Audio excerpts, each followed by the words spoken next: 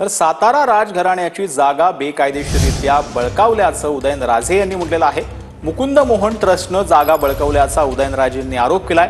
संबंधित प्रकरणाची चौकशी सीबीआयच्या मार्फत व्हावी अशी मागणी देखील उदयनराजेंनी केली। या संदर्भात उदयनराजे भोसलेंनी पुणे जिल्हाधिकाऱ्यांची देखील भेट घेतली। बेकायदेशीररित्या स्थापन झालेला मुकुंद मोहन ट्रस्ट आणि त्याच्या माध्यमातून अनेक ठिकाणी करण्यात आलेला जो कब्जा आहे, शासकीय अधिकारी असतील,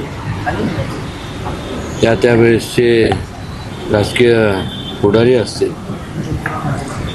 या सगळ्यांच्या संगनमतातून हे सगळं झालेलं आहे। त्याची चौकशी सीबीआयच्या माध्यमातून होणं गरजेचं आहे। तशी मागणी आम्ही अमित शहाजींना त्यांच्याकडे करणार आहोत।